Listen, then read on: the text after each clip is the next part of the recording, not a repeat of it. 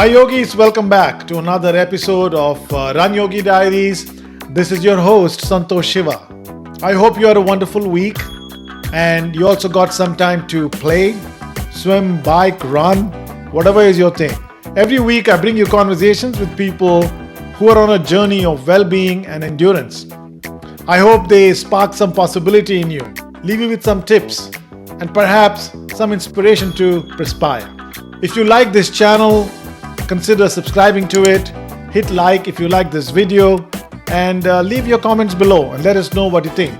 This episode is also available on all major podcast platforms if audio is your thing.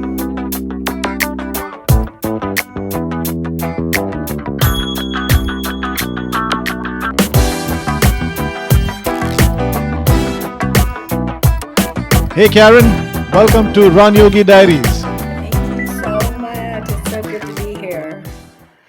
It's such a pleasure. It's a pleasure having you on the show.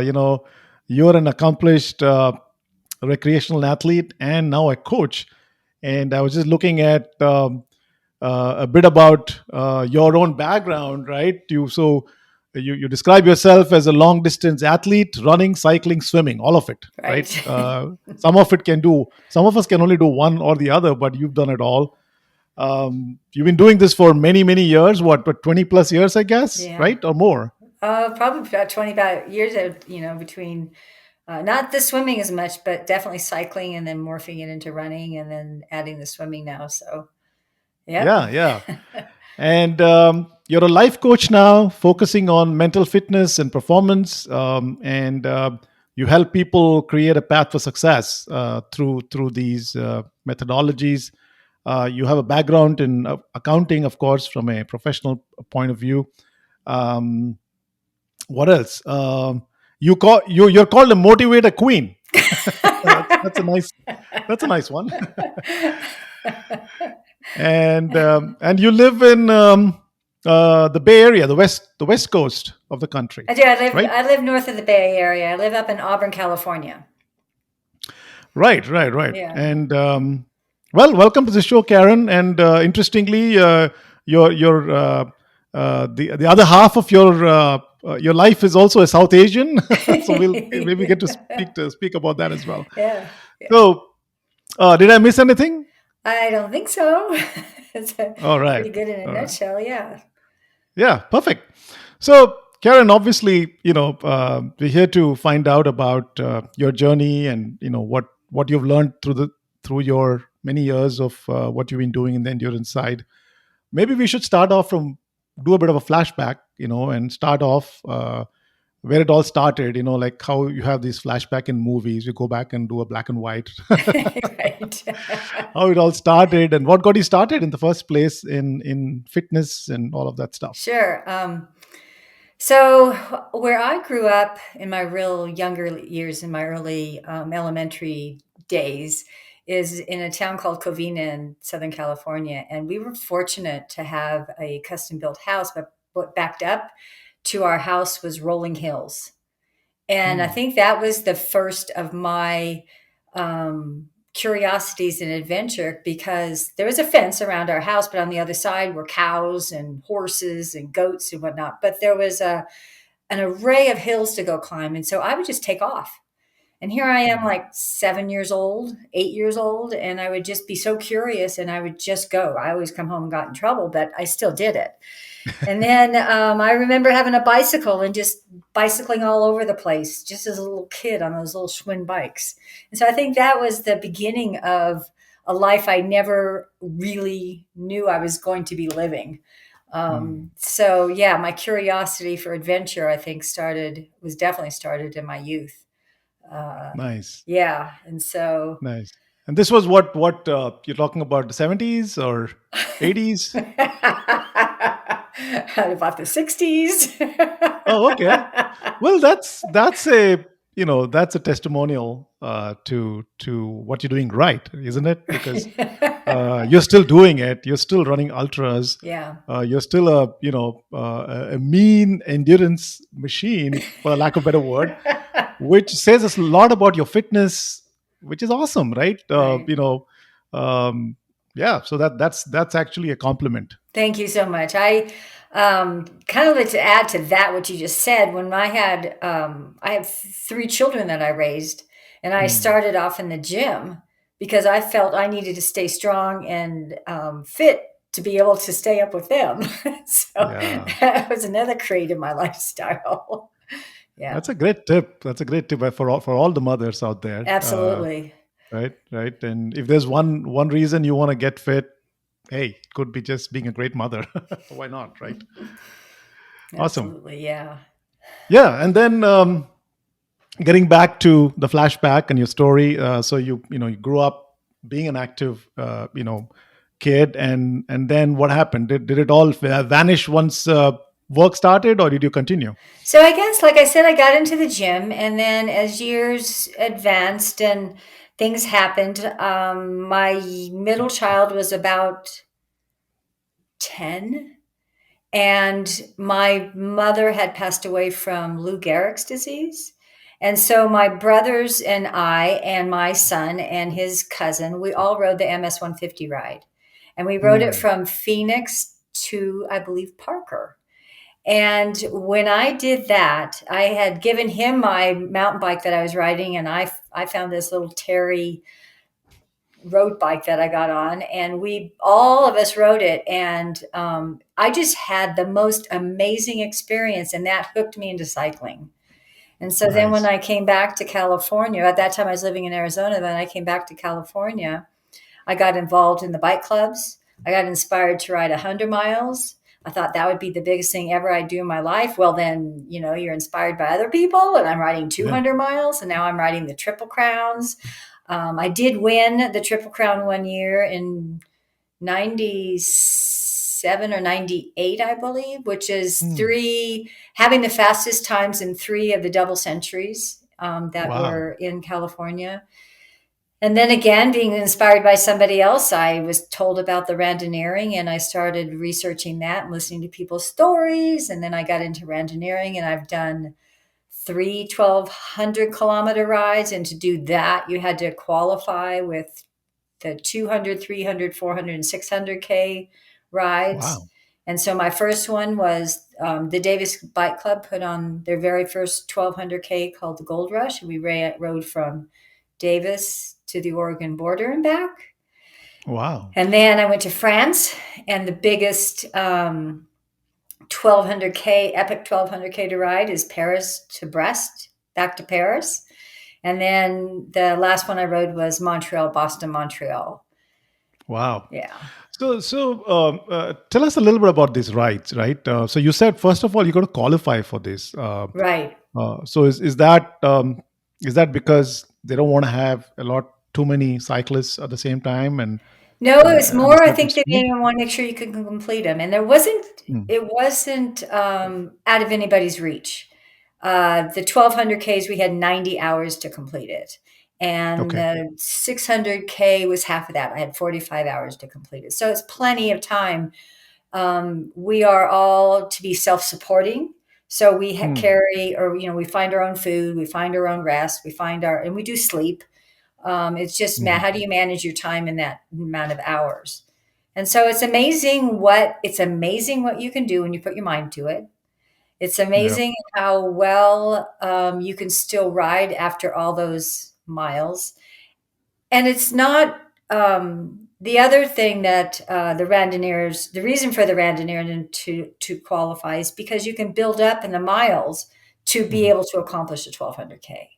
Yeah. And so, yeah, Mhm. And these are primarily on county roads, and what kind of roads do you ride this 1,200 kilometers? yeah. Do you hit the freeway at all? No, no, no, no, no, Not no, at all, right? no, no, no. So it's mostly county roads Yeah, or rural roads. right, yeah. And do you have SAG support, or you're No on your SAC own pretty much? No support. SAG support. You carry your own stuff. Hmm. For the Davis Bike Club did a great job of supporting the riders in the sense that where they had what they called controls, which Hmm. we may look at as an aid station. Uh, Okay. they had food there for us, beds there for us, and Hmm. we served ourselves and slept if we needed to, and on and on. In France, we found they did have controls and they had food there. But for sleeping and whatnot, we had to rent, our own hotels, which is really interesting because you'd get a group of individuals who'd ride different speeds, So the Yeah. guys who were way ahead of us, we all would rent the same hotel room, Yeah. and then they'd be gone by the time we went and slept. We'd be gone by the next people slept. Yeah. Yeah. So it's pretty. It's pretty fun. It's really a lot of fun. Yeah. So yeah, and you have so many hours to complete it in. So and it's not a Yeah. race. No way is Yeah. it a race. But people do race it. The hard head people really, those Yeah. guys really go out and race it, see how fast they can do it. Yeah. Yeah. Some people just can't be anything but competitive, right? Right. They have to be. So 90 hours would mean like approximately what about 120 kilometers a day you will need to on an average cover, right? To do the 1200 kilometers. Yeah. And so Um, we did it in 80. Let's see, the Gold Rush I did in 72 hours. hmm, And I slept twice. We started at 6 o'clock at night. So I hmm, rode all the way to the next night and I was probably there for like 4 to 5 hours, hmm, which ended up being way too long. And then my hmm, next sleep was the next night, probably the next morning at 2 o'clock in the morning. We slept 2 hours and got up, had hmm, coffee, ate, and left. And the theory is that sleeping, the first 2 hours of your sleeping is going to be your deepest sleep, and the hmm, rest of it is more dreaming. And so, if you can just sleep solid for 2 hours, and then someone wakes you up and gets you going, you're hmm, fresh. So I was able to hmm. complete that in 72 hours. And that takes in all the sleeping, all the stopping, all the everything. So, Right.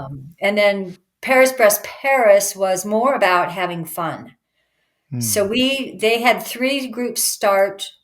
I forget. I think the first group was 72 hours. The second group was 84 hours, and the third group was 90 hour. That's how much time we hmm. got. So I did the 84 hours, and we finished in 82 hours. But Wow. had the time of my life. Awesome. Yeah, Yeah, that sounds fun. It sounds yeah. something like I would want to do. And what kind of bike? Do you just take a regular road bike or the hybrid? What kind of bike is best for this something like this? So I rode a regular road bike, Hmm. and I put a bag on it so I could Okay. carry some of my clothing stuff and whatnot. Right. My crazy friends rode a fixed gear. Wow. Yeah. Wow. I can do a fixed gear for 200 miles, but not for 1200K. Wow. Wow. And what about fueling? Did you eat every 1 hour, a couple of hours? How did you do? Is there a formula for it? So I always carried food with me, food like a food drink or Hmm. electrolytes or some Hmm. gels or something in my pocket to supplement me between the controls. Or we Hmm. stopped at a store and bought something. Okay. In France, you have women cooking pies for you. Oh wow. So people along the course are there to support you and give you all the food or beds you need to have. Wow. This sounds so much Yeah, fun. it's pretty fun. And then the rides that they do also normally the San Francisco Mountaineers, Hmm. all of their controls are at a Safeway. Hmm. So, and you're responsible for buying your own food. And so, but to check on that control, you get a card, and to verify that, you have to get a receipt, which will have the day and time that you were there. Hmm. And so, Oh. and on the PVP and the gold, the 1200Ks, they'll give you a card that will need to get Hmm. stamped, so it says what time you got there and that you were Nice. there. So there's some little rules that go along with that. Oh. Um, who else? So there's the San Francisco Randonneurs. There's the Gold Davis Randonneurs. I'm sure there's in LA. I'm sure it's Texas. Hmm. Think I don't know if Arizona does. Maybe in Tucson. Hmm. So I know Florida. They're all over the All U.S. right. Yeah. Yeah. Yeah. Awesome. Awesome. Cool. So, well, this so that's so you're a long distance bicyclist, Yeah. and then what happened? How did running enter I your got life? the stupid idea. My girlfriend and I said, it was in 2000. We thought, okay, it's 2000. Maybe we should run a marathon. And I wasn't a runner, and I didn't Mm, claim ever to be a runner for many years. So we started training for in August for the CIM. And my first mile, I thought that was the worst thing I ever thought of. and this is coming from someone who is a pretty trained long distance cyclist, right? So you have endurance already built I in. had endurance, but the pounding on the ground, oh my gosh, the Mm, bike was so much fun. yeah. But it tells you, I look back on all this, it tells you that sometimes we don't really know our potential. Mm, And we'll talk about that later, what my coaching is about. And that's the mm, realization we wake up to. I mean, I never thought I'd ride 100 miles. I thought that was a stupid thing, let alone 200 miles. So, okay, mm, so in 2000, we thought, okay, let's run a marathon. And so we mm, ran the CIM. And so then I stopped running. I kept riding my bike. I kept doing the brevets and whatnot. But then every year I would train and do the CIM. And one year, I came upon these guys, crazy guys, mm, fun, telling jokes the whole time. Happened to work close to me. I worked for the city of West Sacramento. They worked right across the river for the city of Sacramento. And mm, now I've got a group of running people to train with. And mm, within that group, we trained for CIM. I learned how to do intervals. I learned how to do tempo runs. I learned all this stuff and then went from hating it to really enjoying it. mm. And then somebody in that group said, let's do a 50K. Then somebody in that group said, let's do a 50 miler. and so, and then the 50 miler, the buddy that I did that with, he was talking about we did the Rio del Lago AR50. Mm, And in 2008, and he was saying something about TRT 50. And so mm. after I finished AR50 the next morning, I just was so excited. I finished 50 miles. I thought that was the biggest thing ever. So I signed Yeah. up for the TRT 50. At the TRT 50, I met a friend of mine, Diane Forrest, said, Hmm. hey, I have somebody I want you to meet. Hmm. Rajiv Patel. Oh, okay. He was running Rajiv. the TRT 100. And so he Hmm. and I started chatting. He looked me up and said, hey, why don't you run you could run 100. I'm like, no, I can't. He goes, yes, you can. So he goes, let's run Rio del Lago. I'll run with you. So in Hmm. 2008 was my first 100-mile race. Wow. That was the hardest thing I ever did. Wow. And Wow. then 2009, I went down to help Rajiv with his Ruth Anderson, Hmm. and that's where I met Natu. All right. That's where the running romance started. Yes. It started that, well, we didn't know it was starting. That was the fun part of it. Hmm. That was the exciting part of it. But he was running and I was working. I was working the 50K line, so he was running it. And he Okay. was supposed to do 100K and bailed into the 50K. Well, Okay. it ended up that, and then that's how we met. All right. And then he's got, when we were sharing our stories right out the gate, he's going on this whole resume of all these heck of runs, bad water, blah, blah, blah, he's done. And I'm just like, wow. Well, then what about you? Well, 1,200 Ks. And then the year we were met, I was trying to see if I could do the 50K with a 200K bike ride, a 50-mile run with a 300K bike ride, and um, 100-mile, let's see, yeah, a 50-mile run with a 300 or 400K bike ride, and then a Wow. 600K with yeah. So, this 600K with a 100K run. And so For the average for the average person, that's like, okay, it's a lot of Ks. Okay, got it. That's a lot of Ks. but that was But my you know, curiosity of how well yeah, our body can hold up. yeah, But I yeah, didn't come up with that curiosity till later on in my little running career. yeah, yeah.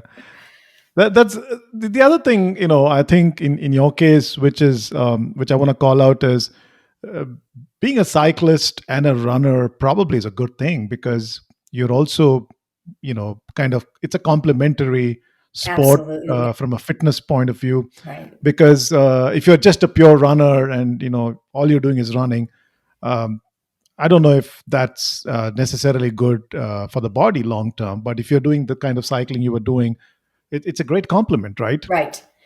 I think all the lifting I did, the weightlifting I did was a good core start for everything that I was getting myself into that I didn't know I was getting myself into.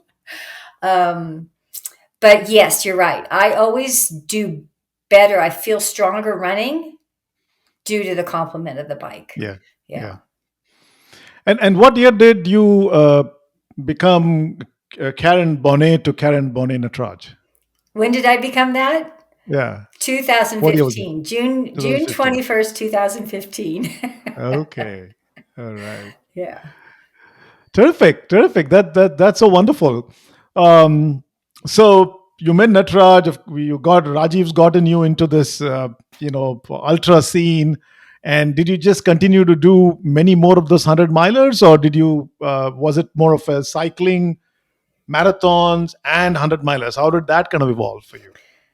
I got Natu into riding with me because he said he always wanted to ride. So we got him a bike, and Okay. he did some of the brevets. They're called brevets, the 200, 300, 400, 600 Ks. They're called brevets.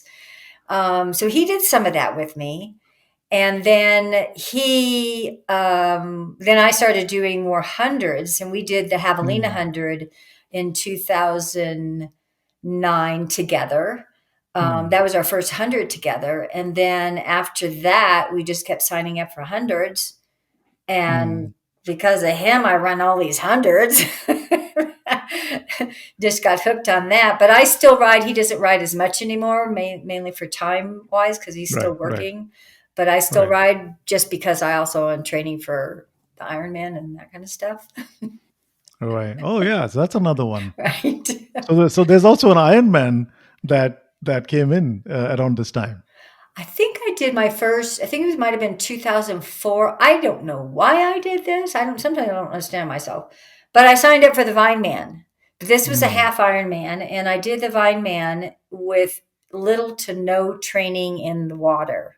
Hmm. Oh my gosh, that was horrible. And so then after that, um, I don't know, I got caught up with some running buddies who were doing triathlons, and they kept talking me into the Vine Man, kept talking me into Ironman.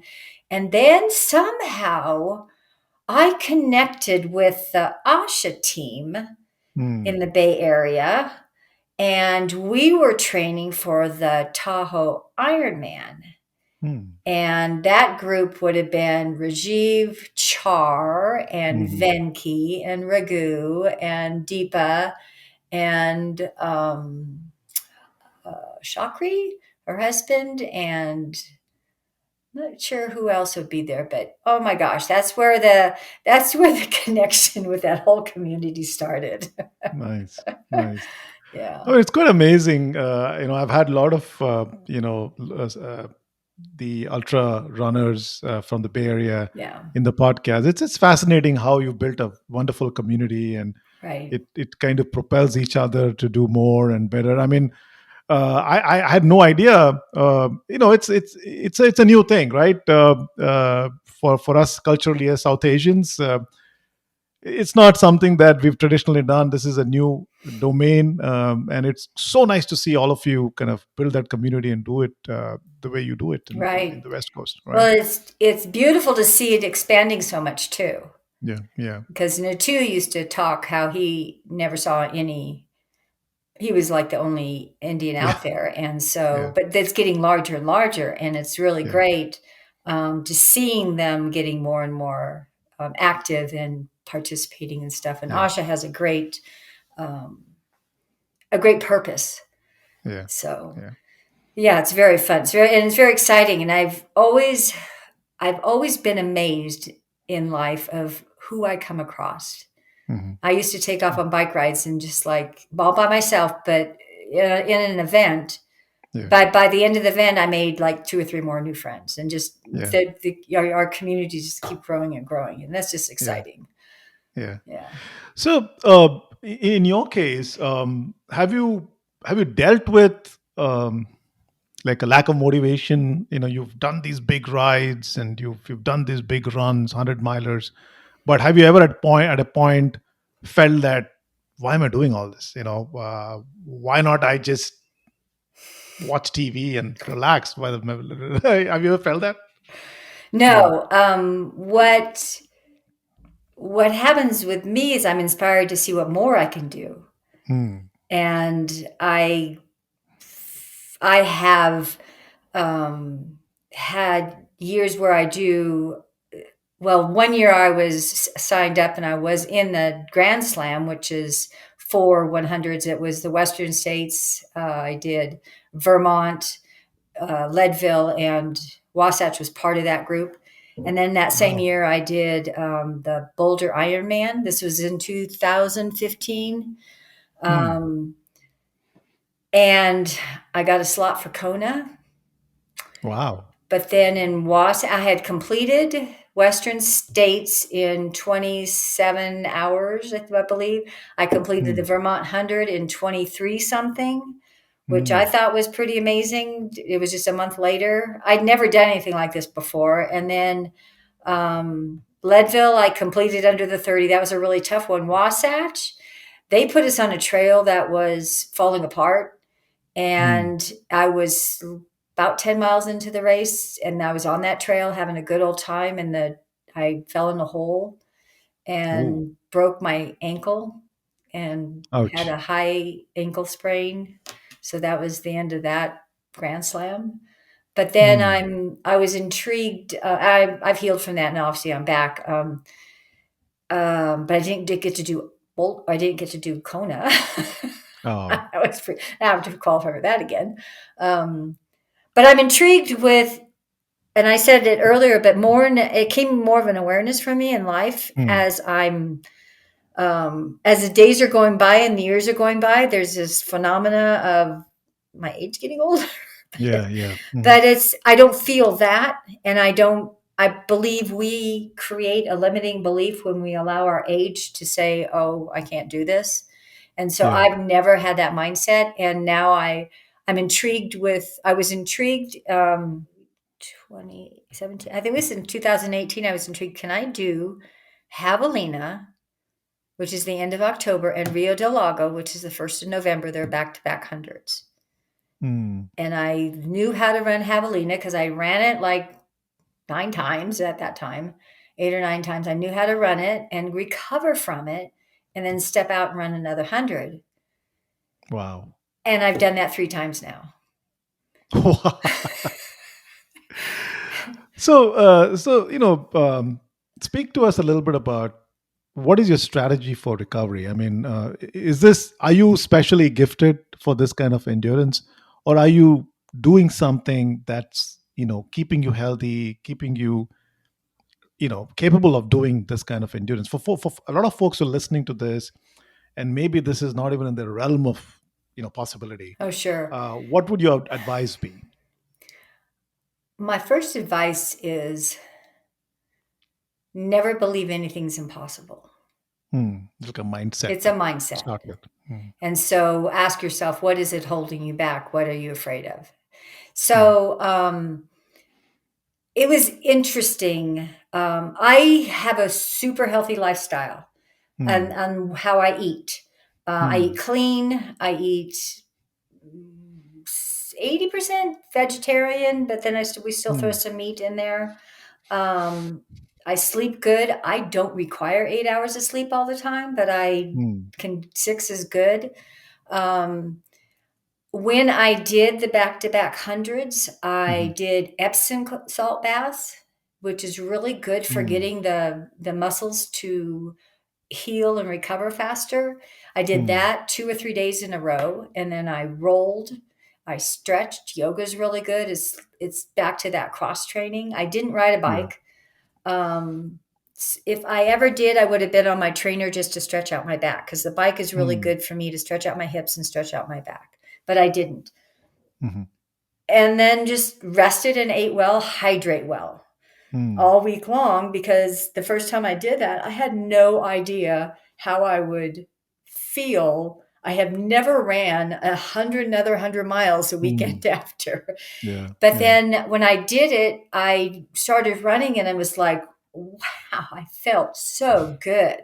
Wow. And then I just managed myself throughout. I never went beyond trying to race Mm. somebody and trying to catch them and go beyond. Mm.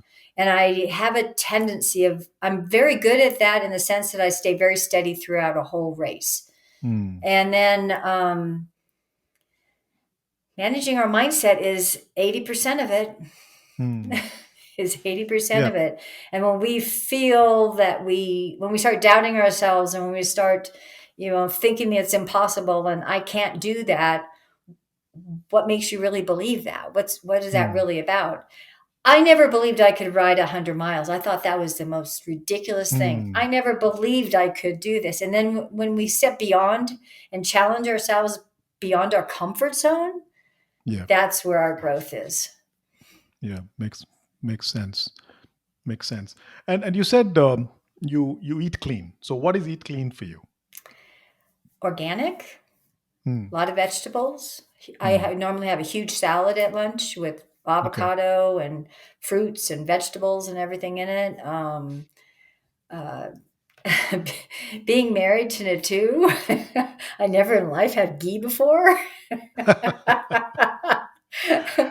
And listening to your one podcast about the neuroscience guy, he was talking about nutrition and he mentioned Yeah. ghee. I'm like, Mm. Natu. um, Turmeric and curry Wow. and Yeah. um, all the Indian spices. They're Yeah. super healthy for you. And I never Yeah. grew up with that stuff. And how Mm. grateful I was. I think it's so awesome that, for him, his lifestyle, catered to that. And so Yeah. he makes a lot of our vegetable dishes. Okay. And so you always eat a sweet potato, which is super, super healthy for your liver, for your gut. Mm. And so I did a lot of, when we're put in situations that challenge us physically, sometimes for me, I research and find out how can I get healthier, be Mm. healthier and healthier. And so when I had I want to say the opportunity to have shingles, that's when I got into about my body and why did I get Mm. shingles and researching all that and how my immune system was and the Epstein's Barr virus I learned about and learned about more on the energy, and Mm. that's where I got myself into Reiki and the energy healing. Um, and so from that, I have a lot more mindfulness about what goes inside my body. Mm. And I know I don't eat candies and high sugar stuff, and Mm. what that all does to our bodies. And so Mhm. um, if I can keep doing this for many more years, Yeah. that'd be exciting. And you also spoke about sleep. Do you quantify sleep? Do I quantify it? What do Yeah, you, I mean, like, do you measure quality of sleep, or is it just do you sleep by? How do you measure you've had a good sleep? Do you sleep? how I wake up in the Kind of. morning. So Okay. sometimes though I am when I'm running hundreds, I sleep. Usually the first night's not a good sleep, and so it takes me a Mm. couple nights for the body to settle down into it. Mm. I'm Mm. better at it than I was when I first started running the hundreds. Mm. Um, it's important for us to get the amount of rest that our bodies require. That's how our bodies recover Mm. faster. And I don't, a lot of times I won't sleep with an alarm. I'll let my body wake myself up. But I Okay. do find when I get a lot of sleep, like 8 hours or more, I can handle a couple of nights of that. I just have so much Mm. energy. And a Mm. lot of times at 6 hours, I'm awake. And so and then sometimes I am forcing myself to get up because I get up early in the morning and swim. Hmm. But when I know that it's like I need to sleep more, I'll sleep more. And Okay. it is important that we, as athletes, as we, it's important when our bodies recover. Yeah. Yeah. Now, I think as your journey evolved, you also developed a kind of a point of view about wellness, and you, like you were sharing about your encounter with shingles, that kind of changed your perspective on health and well-being. And so maybe we should maybe jump into that, and how that kind of evolved into your coaching. And so tell us about that. What have you discovered? So what I discovered is, and I hope you hear this right, is the inspiration that I had for other people. And what I Hmm. want to qualify that with is when I was working, Hmm. I was running and I was biking, and I always rode my bike to work and I run at lunch, but I was the only one doing it. But over Hmm. time, it was more just how I showed up that Hmm. people started migrating. And by the time I retired, I had the whole office running. I put Hmm. everybody through a half marathon to a marathon. And so Yeah. it was these people that would make these type of comments.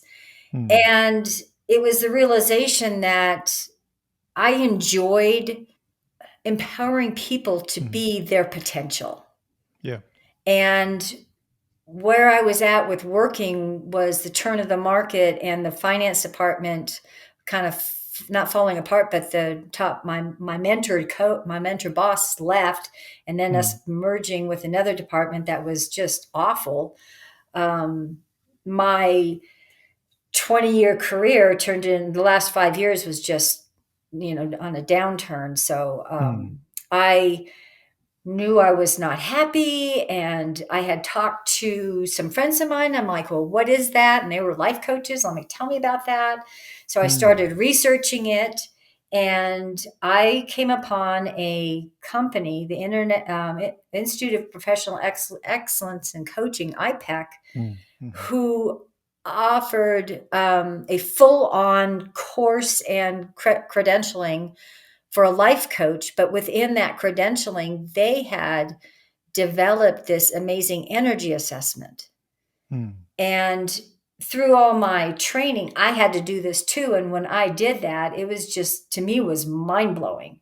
And what the Hmm. assessment told me was, here's your potential, Karen. You're not even living to your potential. And here's what's holding you back.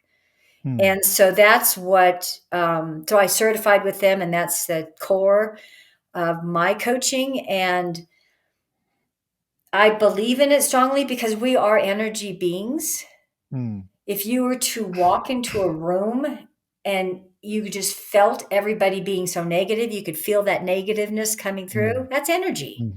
Hmm. And sometimes we aren't really aware that that's energy, and we just pick up on Hmm. that. That's our intuitions, our individual intuitions of Hmm. picking up energy, and you can feel the energy. Hmm. And the concept is how our thoughts create our emotions, which create our actions. So a lot of that goes on with people is their thinking. Hmm. And so what the assessment shows is what's holding you back, and it's going to be our inner critic, right? Hmm. And so where that took me was further. So what I also do in my coaching is I keep taking these courses. I keep learning more and more and more. And I landed into mental fitness with Shirzad Shamani, and his book is Positive Intelligence. And Hmm. so I'm merging the mental fitness with the energy, because our potential is way up here that we're not getting to, but Hmm. our critics and our inner critic is what's holding us back with, well, I'm too old. I'm not good Yeah. enough to do this. I'm too scared. I'm not this. I'm not that. But then the mental fitness takes it further because it identifies deeper what the negative emotions are that hold us back. And Hmm. that's going to be, your stress, your anxiety, your frustrations, your anger, avoidance, procrastination, Hmm. um, just in being insensitive to other people, discontent.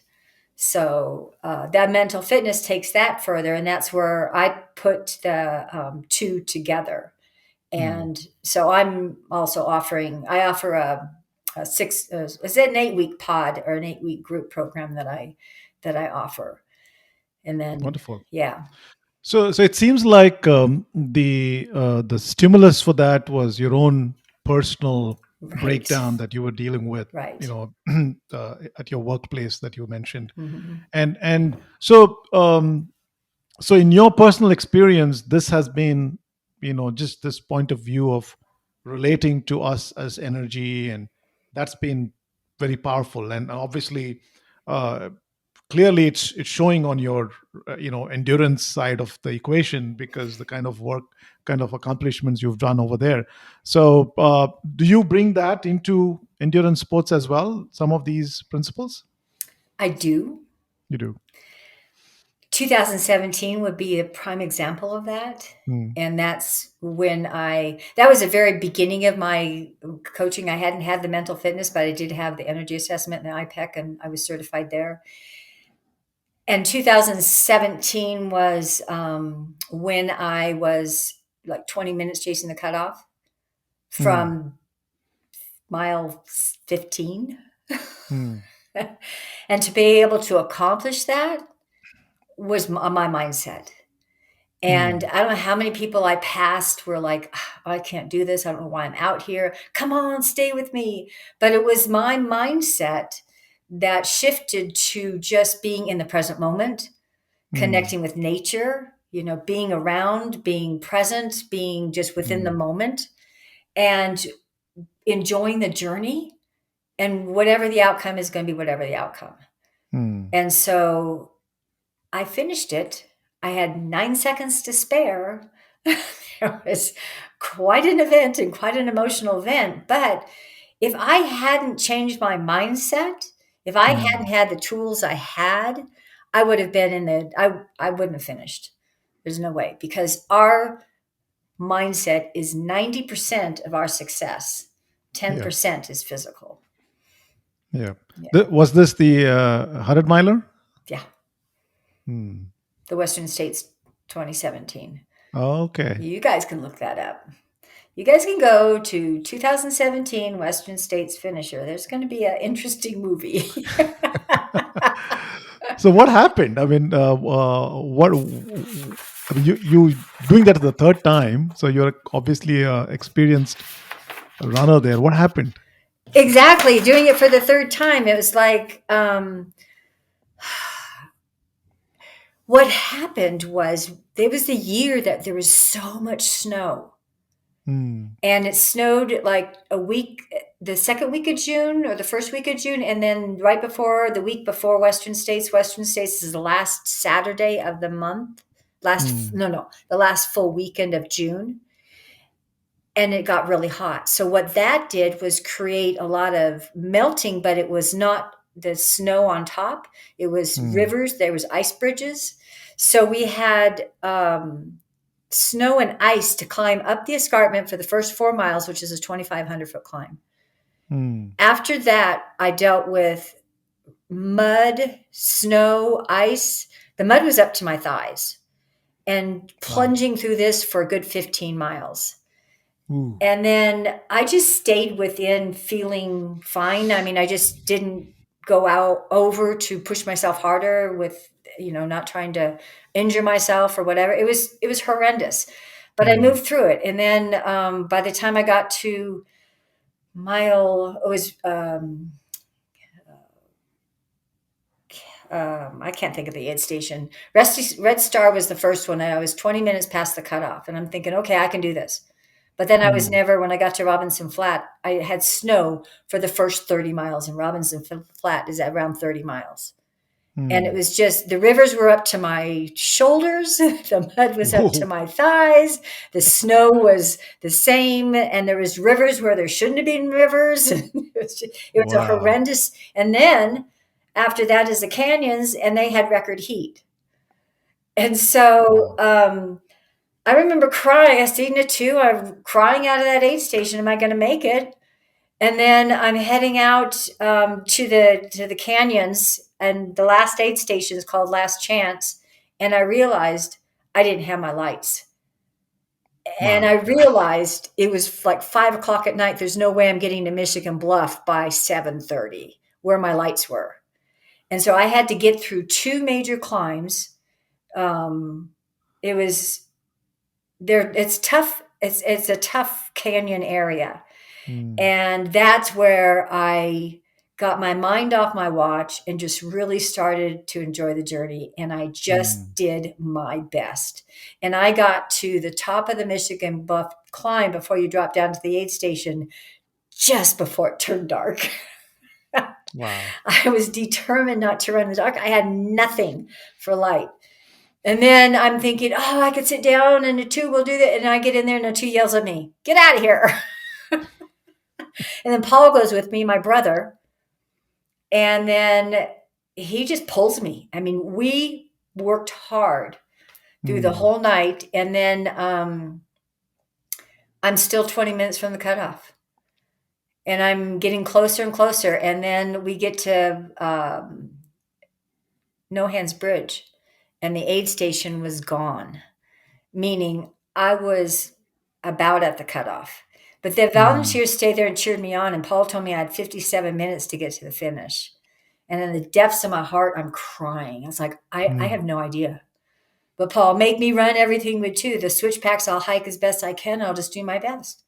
And I was so zoned in on this green shirt, so zoned in on my brother that I didn't know who was around me because people came down from the Roby aid station and Paul's going, what's the cutoff here? And she's saying, there's no cutoff, but we want him here 20 minutes. I had 17 minutes. And then I mm, had another tough climb and then the downhill to on Finley Street, which I had this entourage of people running with me. And I have no idea who they were because I was just so stressed. So mm. emotionally clicked into my brother. And Yeah. then he wanted me 2 minutes on the track. I got there in a minute and a half, I think. And I was 9 seconds Wow. from 30 hours. Yeah. So is that by far the toughest That's the toughest thing I've ever toughest done. race? I will never want Mm, to do that again. it it was an emotional experience. It was an out of mm, body experience. It was an emotional experience. It was um first time running 100 is one thing. I mean, just like your mm, first marathon, you cry at the end. Where does that come from? But this was emotional from Robinson Flat to the finish. Robinson, so that was a mm, good 70 miles of emotion and everything I went through. And then my brother just pushing me through it, mm. rather pulling me through it. So, yeah, that was the toughest thing I'd ever done. So did it change you in any way, this experience? Yeah. Um, I became famous for some reason because Darren and Melissa were on our in our living room posting the video, and Wow. then my Facebook blows up. Yeah, it's gotten me a reputation, and it's all good. And Mm, I know it's been an inspiration for many other people, mm, and that is a blessing. And I'm glad if I can inspire people to believe in themselves and mm. be a master of the journey and not look at your performance. Yeah. It's amazing what you'll accomplish. Yeah. Yeah. Beautiful. Sometimes it's these tough events or incidents that kind of open up new pores of Right, being or thinking, right? right, When you're pushed to the limit that you didn't have, or at least you didn't think you had. right. Um, yeah, quite amazing. That's quite amazing. What's next on the horizon for you? So, I uh, hope to do an Ultraman. hmm, That will be the biggest of the Ironman, and I'm training pretty hard in the water, because that's going to be my make or break it. But I think I feel confident that I can make it. So that will be it'll be the Ironman or Ultraman Arizona next March. Okay. So you already started training for that? I've been training for it for a couple of years because it was supposed to do it when COVID hit. And so that gave me another year of water training. Yeah. And then I had to cancel it this year because we bought a second house in Flagstaff. So Mhm. that was just got into my training and I knew I couldn't pull it off. But I heard that I heard this year, it was their first year doing it. Was it last weekend or 2 weekends ago? They canceled the swim. Wow. Because it was so windy. But then, too, I want to do the full Ultraman. I'd Mm. like to be able to do that full accomplishment. Yeah. So, yeah. Amazing. Terrific. Karen, that is such a wonderful journey, very inspiring. And I think definitely you are a testimonial of if you take care of yourself, you can be in this for the long run. Right. It has positive impact to your mind, your body, and of course it has an impact to your overall well-being and the if you want to call it a spiritual experience as well. Absolutely. So Yeah. yeah, Absolutely. wonderful, Yeah. wonderful. So coming to the last part of this conversation where I do a fun Q&A round with my guests. So uh, you ready for that? Sure. Okay, let me get the questions out here. So the first question I have is usually I ask my guests, what's your favorite junk food? But in your case, I'm going to ask you, what's your favorite Indian junk food? You know what? I'm going to answer it was my favorite junk food. So it's going to be Rocky Road ice cream. Oh, nice.